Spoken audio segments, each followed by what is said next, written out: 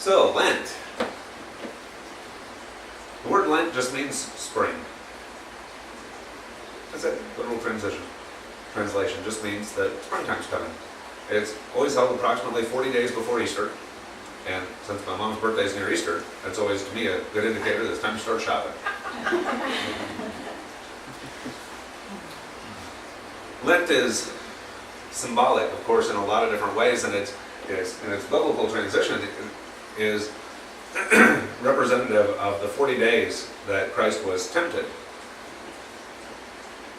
And the 40 days he fasted, and the 40 days that he gave up what was important for something that was more important. Now, the way that temptation works only works if you actually want what you're being tempted with. I can offer you a whole lot of what you don't want, and it's easy to turn that away. What we're talking about is when you're offered something that you want, but it might get in the way of something you want a little more. In our lives, we can easily look at, from our own judgment standpoint, this is good for me and this is bad for me, and it's sometimes a challenge to choose what's good for me. But I can do it because that's a no-brainer. I know this is good and I know this isn't good for me personally or for you or whatever the life situation is. The challenge is when this is good for me, but this is good for me too. Well, which one do I want more of? It seems like every Sunday I say, if you really wanted to learn something, say you're going to preach on it. But this week is no exception. We're getting ready to talk about Lent, and we're getting ready to talk about there's these things that I really want, that I really like, I really enjoy. But there's these things that I really want and I really like and I really enjoy too, and they're having a hard time occupying the same space. We can try to wrap our arms around both of them, but as they get bigger and bigger and bigger, at some point we've got to kind of let go of one and grab hold of another, or vice versa. And in our household, Mary's been working for about a year and at a job, and it's been the first time in the 6 years we've been together that she's worked. But a daytime, 9 to 5, whatever, the 30-hour, 40-hour stuff. And there are parts of that she really likes. Gosh, I can count on a paycheck every week. I know what's expected of me when I go in. I know I can breeze through it. I can do it so easy. And then I like having this extra money to do these things that's just mine, and these responsibilities, and to have a little extra for fun or for this or for that, for tithing, for all the things that are important. But then on this other hand, she's pregnant. Twins. Starting to grow. Feeling bigger at 10 weeks than she normally is at 6 months with any of the earlier 5 pregnancies. Saying, ooh, I gotta go to the restroom a little more often. I need to sleep maybe a little more often. I need to, do these things. My body is asking me to do these things that I can't do for 8 or 9 hours a day while I'm doing this thing that's punching this clock. And I really like what work is providing. But I really like the idea of being able to listen to my body and give my developing children what they need. Now, it's not that either one is bad. It's not that this was bad for me and this was good for me, so it's an easy choice. The easy choices are easy for all of us. Every single one of us. The choice between good and different, good and better, that's the challenge. Now, when I look at Lent asks people, traditionally, a Lent service would ask people to give up something that they like for 40 days. And by giving up that thing that they like for 40 days, for the season of Lent, that you would get closer to Christ, that you would get closer to God, because you'd be able to walk in those moccasins, you'd be able to walk in those sandals. I'm saying, if Christ gave up all these things that he wanted, including food, all these things that he really wanted for 40 days, then if I'm going to be more like him, I can give up something that's important to me for 40 days, and I can understand that struggle, and because of that, I can really shift my priorities, and because of that, I can get a little closer to God. And if that's your belief, wonderful. Do it. I encourage it. If that's not your belief, though, look at it from maybe a different perspective. For the next 40 days, just the next 40 days, not talking about a lifetime of change, but for the next 40 days, what is really, really important to you? Let's look at that for just a minute. I mean, we're all people here. We all have things that are important. Our spouse, our kids, our job, a purpose, spirituality, spiritual growth, helping other people. There's so many things that are important to us. How much time every day do we spend with those things that are most important to us?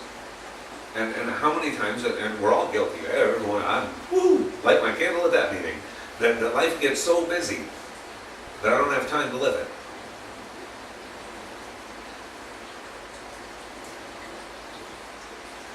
What's truly, truly important to me, and what's truly, truly important to you, what gets in the way? If we know what we want, and we're able to make a little time for it here and there, and we're able to put a little energy to it here and there, and when we do, we feel great. We feel alive. We feel purposeful. We feel like, I wish that this day would never end.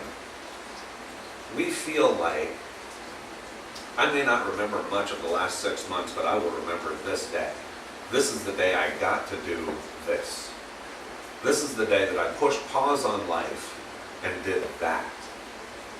And it's a memory I'll always treasure. We all have those. Every one of us can remember back to a time in our lives that regardless how busy life was, or what the demands on us were, that we pushed pause and we did something. We did something. For every one of us, it's different. But we put all of those things that are good, they're fine, but they got in the way of great, and we push pause on them. Now think back in your life, what were a couple of those examples that you lived? What were they? Think about it for just a second. Maybe it was somebody who needed a friend and you were in the right place at the right time to be that friend, and even though you had a full schedule of stuff to do that day, you put your life on hold, you pushed pause on all those have-to-dos, and you spent time with that special friend or family member. Maybe it's somebody who was going through a rough patch, be it physically, mentally, emotionally, financially, whatever it was, and you stepped outside your comfort zone to do what was really, really important to you. Maybe it was that project that has just been nagging on the back of your head forever and ever and ever. And you said, that's it. Today, I'm going to do that thing. Whatever that thing is. In a room, whatever it is. It doesn't matter what it is. What matters is it's important. And it's important to you, and it's important to me. And all of this stuff that gets in the way doesn't need to. We all like to know that we own our body, right? This is mine. Good, bad, right or wrong, it's mine. I know it, I own it. Well, that's not true for somebody in the room. She co-owns her body for the next 7 months at least. That every decision she's got to make regarding her body has a direct impact on those that she's developing inside her. We're really no different. The things that we do in our lives affect the people who are closest to us. Every time, and the stuff that they do has an impact on us also.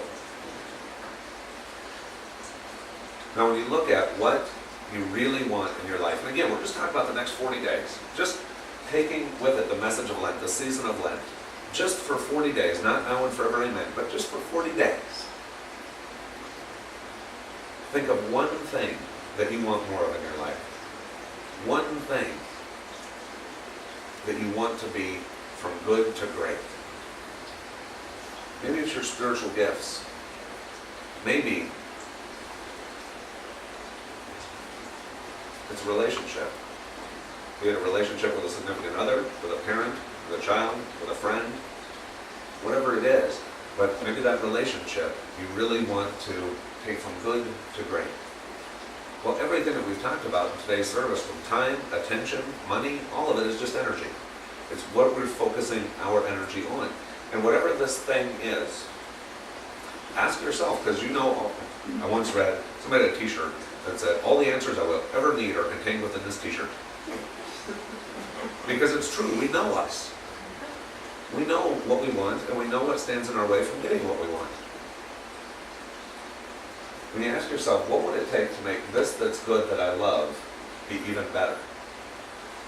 What would it take to develop those gifts inside? What would it take to really bring that relationship to a wow, like an afternoon special kind of energy to it? Or a business, or a friendship, or a pet, or a house, or a project, or anything, insert here. What keeps you from it? What do we allow to keep us from it? And is there any way that just for 40 days, we could have less of whatever this thing is that keeps us from what we really want? Just for 40 days. So I want you to think about that for just a second. In your own life, as it relates to you, as it relates to me. Not just some guy up talking. But what do you really want more of by Easter? Easter's like the celebration day. So this is like the between now and Easter, the 40 days. What do you really want more of?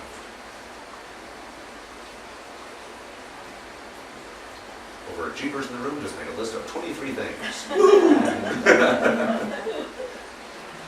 Now we're down to 2 or 3. Now we're down to 1 or 2. Now we're down to 1. Expand it out to 40. It doesn't matter. You knowing that you can do it. That's what matters. Knowing that God wants to help you. Knowing that your spirit guides and angels, everything in the universe is conspiring for your success. And there is not one thing in the universe that can overrun your free will. You might say, but our circumstances say that I have to do these things. We all have the ability to change our circumstances. If it's really important. When Mary and I were having a talk yesterday, we've been talking for a month about maybe letting that job go away. She says, but Scott, it brings in extra dough that we kind of count on, it does kind of this, that we kind of count on, it does kind of that, I really enjoy it does kind of this, that, I said, I know.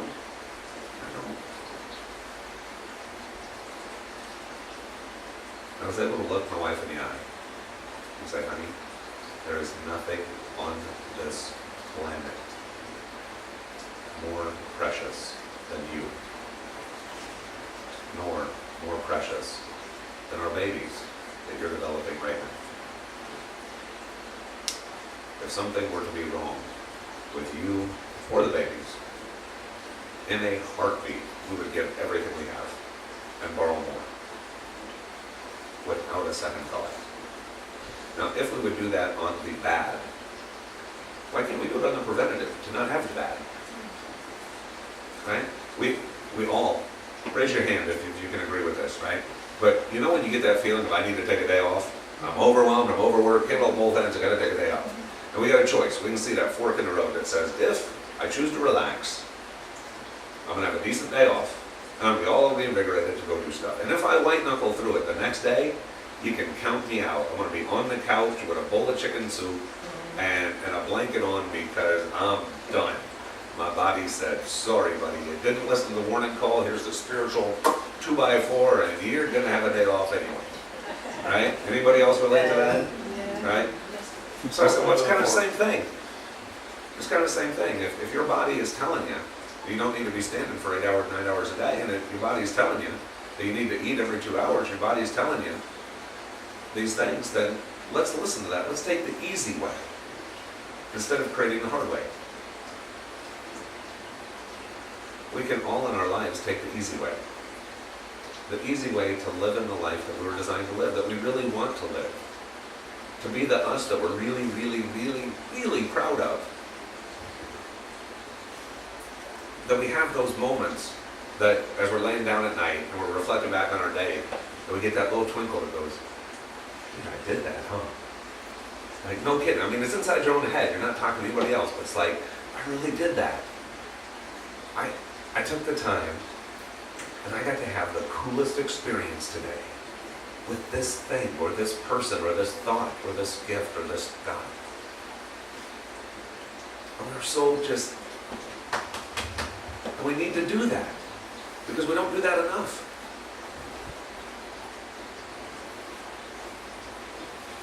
when things are spooky, when a transition is happening, like I need to give up something I want for something I want more, like quitting a job or doing whatever, that can take us outside our comfort zone because it's outside of our normal.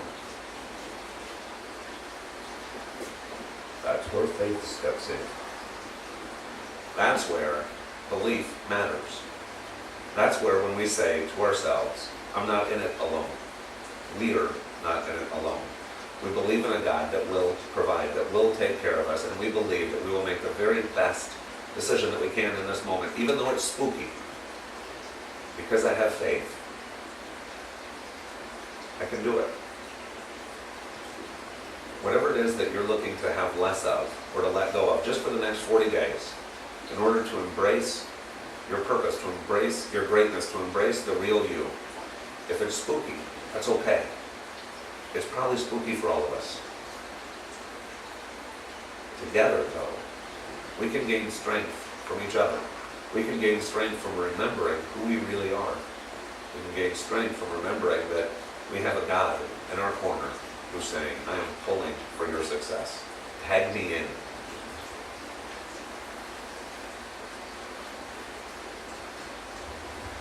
So what do your next 40 days look like? Good? Better? Great? Completely up to you. Whatever you choose.